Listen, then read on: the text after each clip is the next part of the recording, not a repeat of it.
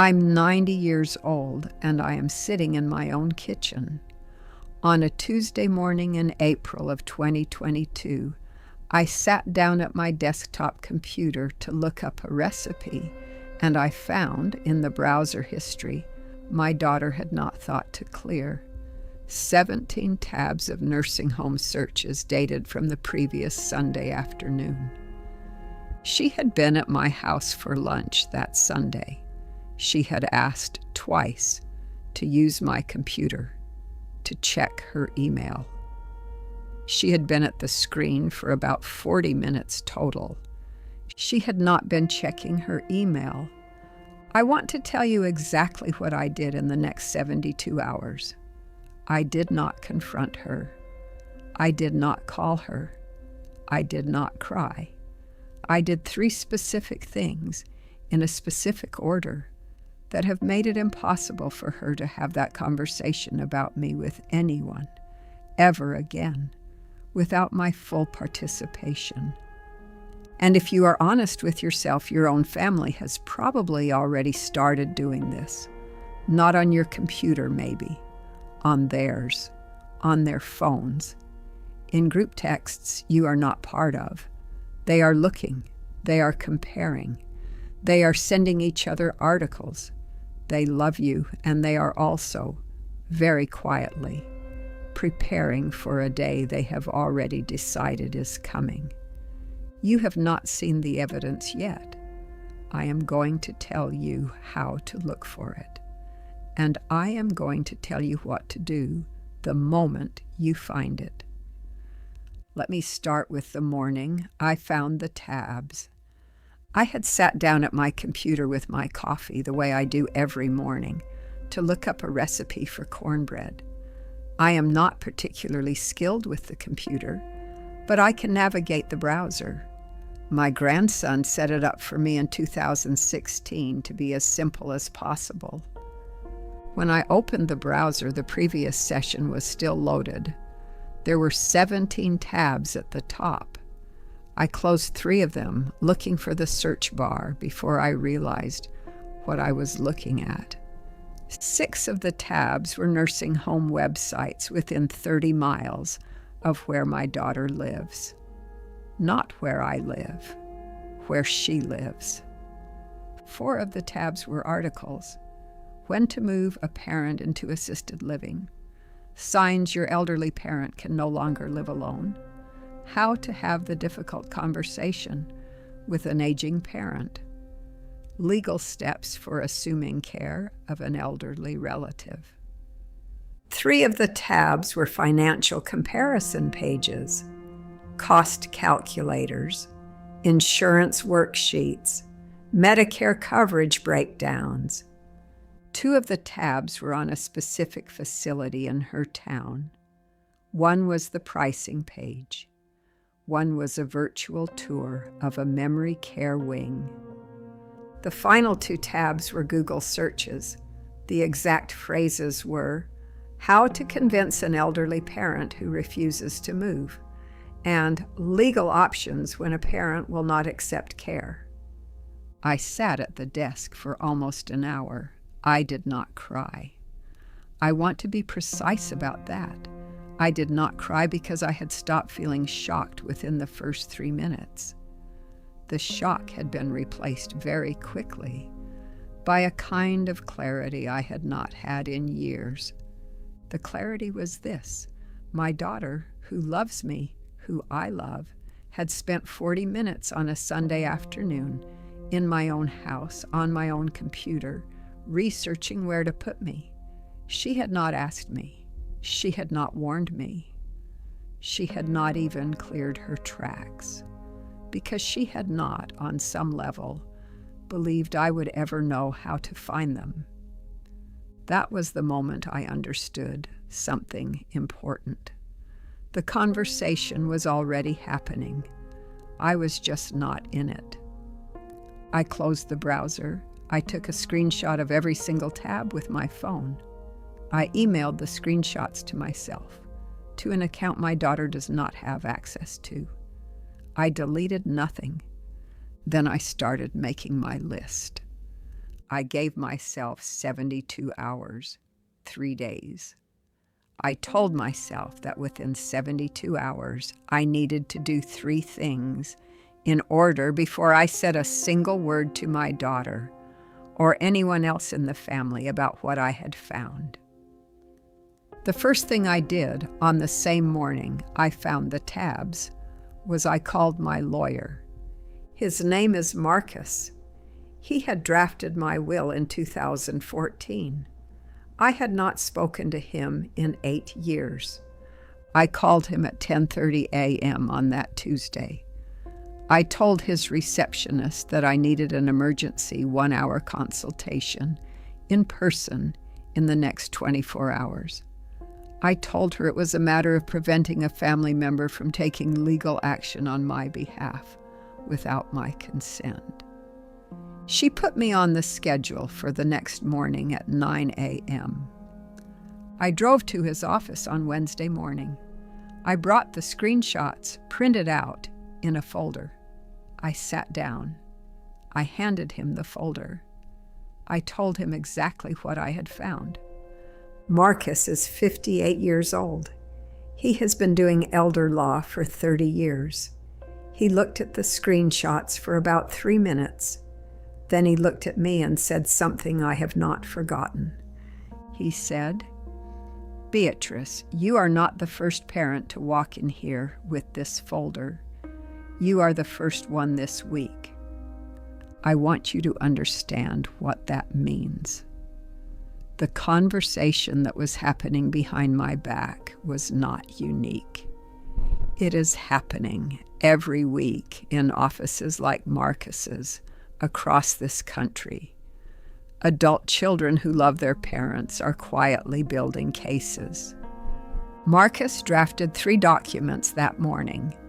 The first was an updated medical directive that stated, in specific legal language, that I could not be moved from my place of residence without my own written consent or a court-ordered determination of incapacity that met very narrow medical standards. The second was an updated financial power of attorney that revoked any previous authority my daughter may have assumed she had, and required 2 physicians and 1 independent attorney to confirm any future delegation. The third was a notarized letter in my own handwriting on Marcus's letterhead that stated my preference for remaining in my own home, that listed the specific resources I had arranged for my care, and that named 2 people, not my daughter, who would be the first contacts in any medical emergency.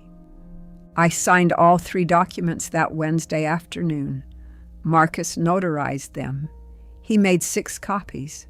He kept 2 in his office safe. He mailed 1 to my doctor. He mailed 1 to the hospital I would most likely be admitted to. He gave me 3 copies for my own records. The entire process took 4 hours and cost me $1,400. It is the best $1,400 I have ever spent. The second thing I did on Thursday morning was I called my own doctor. His name is Robert. He has been my primary care physician since 2003. I told his receptionist I needed a 40-minute appointment, not a 15-minute one, within the next week. I told her it was related to long-term planning, not a medical complaint. I saw him on Friday morning. I brought the screenshots, the same printed folder I had brought to Marcus. I brought a copy of the new medical directive Marcus had drafted. I sat down in Robert's office and I told him exactly what was happening. I want to tell you what I asked Robert to do because this is the part that almost no one will think to do. I asked him to write a letter on his own letterhead, stating that as of that date, in his professional medical judgment, I was fully competent to make my own decisions about my place of residence, my finances, and my medical care. I asked him to list the specific cognitive and physical assessments he based that judgment on. I asked him to update that letter every 6 months for the foreseeable future, and to keep all versions in my file.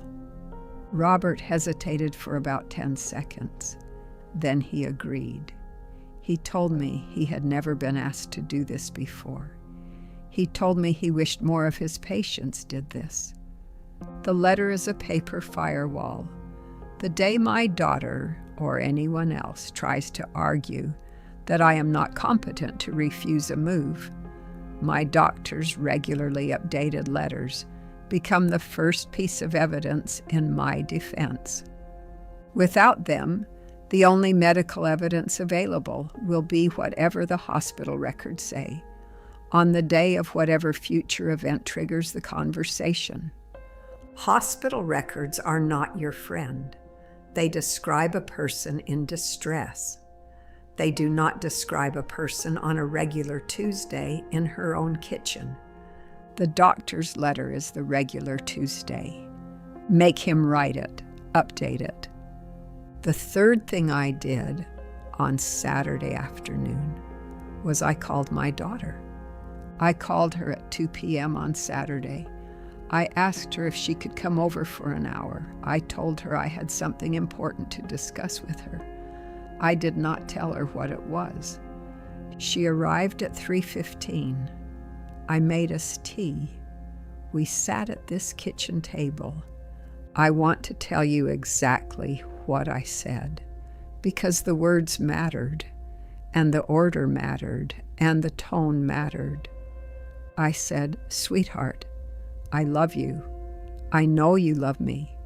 Last Sunday when you were here for lunch, you used my computer twice. I found the 17 tabs the next morning." She turned white. She tried to speak. I told her gently to let me finish. I said, "I am not angry. I am not hurt. I am telling you what I found because I want us to be honest with each other for whatever time I have left. I have spent the last 4 days preparing for the conversation you are starting to have without me. I want to walk you through what I have done, because it changes what the next 10 years are going to look like for both of us." I told her about the documents Marcus had drafted. I told her about the doctor's letter.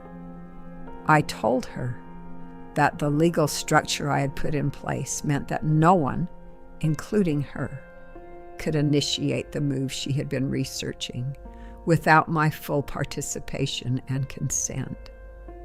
I told her then the part that matters most. I told her, if there comes a day when I genuinely cannot live alone safely, I want you to be the one who tells me, not a hospital social worker, not a doctor I have just met. You, and I will listen to you. But you have to earn that conversation by having it with me, not about me. The day you start having it about me again, I will know, and the documents I just told you about will activate. She cried for a long time. I did not interrupt. When she was done, she told me she was sorry. She told me she had been frightened. She told me her husband had been pressuring her to make a plan. She told me she had not known how to bring it up with me. I told her I understood. I told her she could have brought it up with me.